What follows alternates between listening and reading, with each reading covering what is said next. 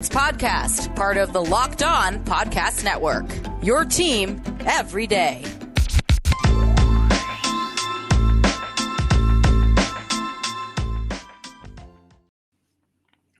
Ooh, that's good, Wizards fans, man. 5-1. Huge win. Huge win. Another day, another dollar. Another day, another Wizards win. We are first place in the Eastern Conference right now. Clutch double overtime win. Back and forth. Had you on the edge of your seat on Halloween Eve. Bradley Beal coming in the clutch. Spencer Dinwiddie coming in the clutch. Kuzma, KCP making up for himself. Terrible inbounds passes. He comes back in the clutch. I mean, this team, Wes Unseld Jr., man, this is a great team, man. I'm a believer now. I really am. We haven't been 5-1 since the 2005-2006 season. And guess who was an assistant coach on that team? It was Wes Unseld Jr. This is a great team, man. This is a great team. We're a winning team. We're winning games that we used to lose. And that's the difference with this team. But before we get into this recap here, this episode of Locked On Wizards is brought to you by McDonald's. Proudly serving communities since 1965, McDonald's has always been more than just a place to get tasty, affordable food. It's an unofficial community center. A big thank you to our friends at McDonald's for always being there. I'm loving it. So I don't even know where to get started. I mean, Montrezl Harrell has just been a dog. I mean, this trade for the three Lakers, Kyle Kuzma had a career high in 17 boards. 17 points and 17 boards. Grown man game for Kyle Kuzma. Grown man game.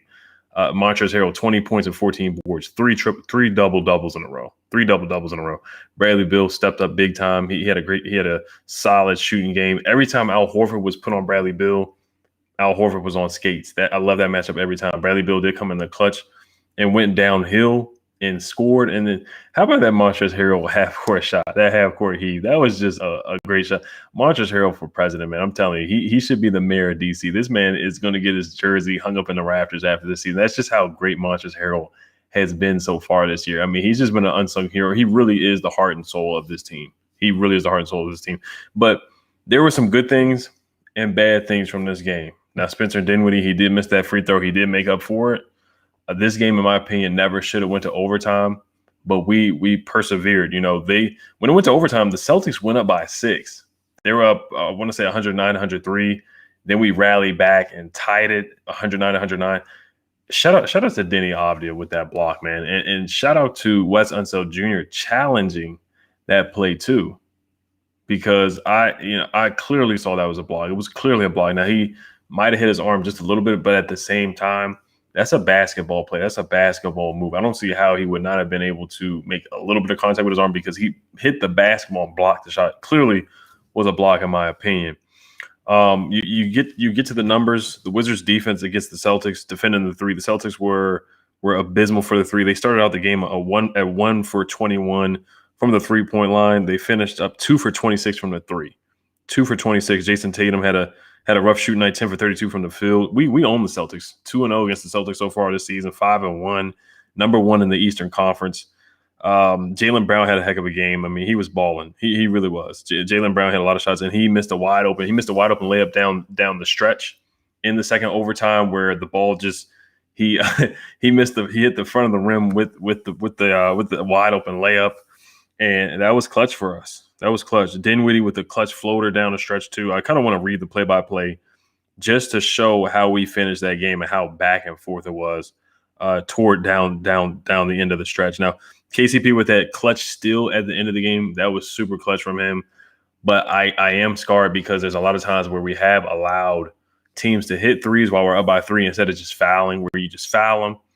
You know, they have to shoot the free throws, you get the ball back. But at that time, I don't disagree with Wes Unseld Jr. just letting them play out and get a stop. This team is a lot more scrappier and a lot better defensively. We defended the three at a high clip tonight. We out-rebounded them without having Gafford, without having, of course, Thomas Bryant, Rui. We're not having a lot of bigs. Montrezl Harrell, Kyle Kuzma having to play the 5 tonight. You see that with 17 boards tonight. Kyle Kuzma has really, really stepped up with not having a lot of big man depth. And points in the paint, we were dominated. We really were. We were dominated with points in the paint, but we stepped up big time with rebounding the ball. We had 62 boards. They had 54 boards. Free throw shooting was solid, 29 for 36. I thought we could have made more free throws, especially with Dinwiddie towards the clutch. We were terrible from the 3-point line, 10 for 36. 27% from the 3-point line. But I thought we saw that everywhere else. 13 turnovers is not bad at all. We were dominated with the points in the paint. They had 66, we had 46. And we didn't foul much. We had 22 fouls. They fouled us 32 times. So we were able to get to the line tonight. That's something that I liked a lot tonight too. We had 36 free throws compared to their 35. I thought Bradley Beal was a technician. Getting guys on skates, crossing guys up, getting to the basket, creating his own shot, just being the Bradley Beal that we're looking for. Bradley Beal tonight had 36. 36. This is what we're looking for from our All NBA guy, our All-Star starter. 36 points, 6 assists, and 7 boards. Montrezl Harrell 20 points and 14 boards. Spencer Dinwiddie 20 points and 9 rebounds. I mean, he is our closer. And one of the things I didn't like, I'll talk about that too. Bradley Beal with the turnover in the fourth quarter, which led to us going to overtime, where he did the spin move. Jaylen Brown sat on it. He tapped the ball away. They went out and scored on a fast break. That's what Bradley Beal has to improve on. Time and time again, we've seen throughout his career where he's either tripped over his feet or he slid and he's fouled. This is something that we've seen from him numerous times before, and I thought he did better in the overtime. But this is where, we can interchange and have Spencer Dinwiddie close the game, because Spencer Dinwiddie, towards the end of the game where he did miss the free throw, he was able to get to the line and create a shot and get something positive out of it instead of a turnover and tripping over our feet. The KCP turnover, the inbounds pass, I was like, what in the world is going on with that? How did that even happen? Because the cameraman showed something else, and then they turned back to the game, and everybody's like, oh my gosh. And there was a lot of Celtics fans in the building. That's why I'm pretty hyped too, because we sent all the Celtics fans home mad as I don't know what, trying to come in our house and start cheering. We sent them home mad, so I was excited about that. Bradley Beal 36, Dinwiddie 20 points and 9 rebounds tonight. You look at the minutes. Bradley Beal played 46 minutes. He had to play a lot of minutes tonight. Spencer Dinwiddie had 40 minutes. Montrezl Harrell got in foul trouble as well. So that just shows how much of an X factor Kyle Kuzma was tonight too, because he had to play big minutes at the 5 as well. Montrezl Harrell 35 minutes. Kuzma 48 minutes. Montrezl Harrell fouled out in the overtime. Bertans didn't shoot the ball well at all tonight, but he had his moments. 7 points, was a plus 16 in the plus minus category. 3 rebounds, 2 for 9 from the 3-point line. He has not been able to really find a rhythm. He's just been a streaky shooter so far. Denny had 24 minutes, 3 points and 7 rebounds. Not a great offensive night, but he was there. He was clutch defensively. There were times where towards the end where Wes Unseld Jr. would put Davies in for offensive moments, for offensive possessions, and then he would switch in Denny for defensive possessions. So that was great coaching by Wes Unseld Jr. right there. Denny did a great job. I thought he did a great job rebounding, just using his length right there. Hollow Neto gave solid minutes tonight too, 18 minutes and 4 points. Aaron Holiday, 6 points tonight with 12 minutes. So not outstanding numbers, but I thought they all came in and contributed tonight. So I love what the guys did. The Celtics, they were rumored to have game plan for Montrezl Harrell. Montrezl Harrell had a clutch rebound where we missed a 3. I can't remember who missed a 3, but Montrezl Harrell was down there to bang and get the boards. He got that offensive rebound, made both of his free throws in the clutch. So he was super clutch tonight too. 20 points and 14 boards from him. I mean, he had that spin move on Schroeder, and he was talking trash to Schroeder and saying that you can't guard me. I just love the energy from Montrezl Harrell. He just can't do anything wrong right now. I just can't talk about how good Montrez has been tonight. But another thing I wanted to harp on too was just the ball movement. I thought we could have moved the ball better down the stretch. I thought when we finally moved the ball better down the stretch, that's where we got the drive to the basket from Bradley Beal. And then Spencer Dinwiddie hit that clutch floater with 20 seconds left where we were up by 3. Bradley Beal and Davies did a pick and roll. They moved the ball with each other. And then, Dinwiddie cut. He got the ball. Then he took the ball to the basket and hit a clutch floater for us. So once we moved the ball, that's when we played a lot better. We were stagnant at one point. That's when the Celtics went on runs. They got to the basket. Jaylen Brown just went on a tear. Josh Richardson helped them out a little bit. And Jason Tatum was getting buckets as well. So that's things that we have to work on. But after a quick word from our sponsor, I'll get to player of the game and my X factor for the game. But before we do that, this episode is brought to you by McDonald's. This episode of Locked On Wizards is brought to you by McDonald's, proudly serving communities since 1965.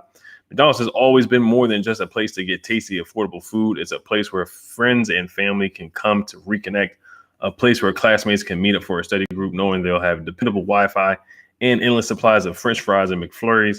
Win or lose is a place where teammates, competitors, the home team, or the away team can come to recharge. It's a place you always look forward to stopping at on a long road trip to rest your legs and refuel. Make sure you stop by McDonald's or grabbing at McDonald's after a busy day, or when you're late to something and need something delicious and dependable, or grabbing it even after a tough game today, a double overtime, nail biter game like today. It comes in super, super, super clutch. So head to your local McDonald's to refuel and reconnect. Did somebody say Locked On Wizards watch party? I'm loving it. So my player of the game and X Factor, you guys can comment down below who your player of the game and X Factor was. But my player of the game tonight, I'm gonna go with Bradley Beal, man. Bradley Beal stepped up big time. I mean, every time he got a matchup against Al Horford, and there were times where him and Jason Tatum were going back and forth, where it looked like he was kind of big boying and bodying and taking Jason Tatum to the basket like he was his little brother. And that's basically how they are. We know the story with the St. Louis guys, the St. Louis brothers growing up together, going to the same high school, Chaminade High School. That's what Bradley Beal did a couple times where he was taking them to the basket. And when we settled for threes, that's when the Celtics were able to come back. We didn't shoot the ball well from the 3-point line either. I thought we needed to move the ball and get to the basket. Once we started getting to the basket more, that's when we really, really we're rolling on all cylinders there. Bradley Beal just took over 36 points, 6 assists. He was able to get his teammates involved as well, and rebounding the ball too. So it wasn't just that, just being clutch, just being a leader. I thought he stepped up big for us. X Factor is a tough one. You could pick Trez. There's no wrong answer with the X Factor in my opinion. It could be Trez. It could be Kyle Kuzma. It could be Dinwiddie in the clutch, even though Dinwiddie didn't shoot the ball particularly well tonight, 6 for 18. Not great, but my X Factor tonight was Kyle Kuzma. It really was. KCP had 2 points. I do want to talk about KCP a little bit individually tonight. Now, KCP had 2 points, 4 assists, was a +3 in the plus-minus box. It was 0 for 2, 1 for 5 from the field, played 41 minutes. Now, KCP had 2 bad inbounds passes. It wasn't just that one where he threw the ball away. He actually had 2 bad inbounds passes where he overthrew Kyle Kuzma's head, and Kyle Kuzma had to chase after it, and that was a turnover, and it came back. I can't remember whether they scored, whether the Celtics scored on that possession or not. I think we actually did end up getting a stop there, but KCP's got to clean that up. I would not let him be the inbounder anymore. Now, he has been our one of our better defenders, or our defensive stopper. Him slapping the ball out of Jaylen Brown or Jason Tatum's hands, I can't remember which one it was, on that last possession, that was huge. That was a big play. That's game-winning plays right there, and that's championship plays. The KCP and Kuzma, they won a championship with the Lakers in the bubble. They have that pedigree, and they know what it takes to win a championship, and that's what we needed on the Wizards, and we got that guy. We got those guys. That trade looks like a steal right now. It really looks like a heist. It really does. Shout out to Tommy Shepard once again. My X Factor is Kyle Kuzma, 17 points, 17 boards, career high at 17 boards. Him stepping up and playing at 5, being instrumental. Kyle Kuzma just, 2 for 4 from the 3-point line, knocked down his threes. Needs to be better from the free throw line, 3 for 7. Spencer Dinwiddie was 7 for 8 from the free throw line. Montrezl Harrell was 7 for 8 from the free throw line as well. Bradley Beal got to the free throw line a couple of times, was 9 for 9 tonight. As a team, 29 for 36, 80% from the 3. So Bradley Beal does what he does best, getting to the free throw line. Because he was one of the better. He was top 5 in free throw attempts, or top 10 in free throw attempts per game last season. Same thing with Spencer Dinwiddie in 2020, 2 years ago when he was healthy. That's what we've been looking for. We've been looking for those guys to get to the free throw line more. We were able to get the Boston Celtics in foul trouble and get them in the bonus quicker, and that really helped us out with just getting easy baskets. So I'm gonna go with Kuzma tonight. 17 points, 17 boards, 14 defensive rebounds, getting those extra possessions, just fighting down there without the extra bigs that we need.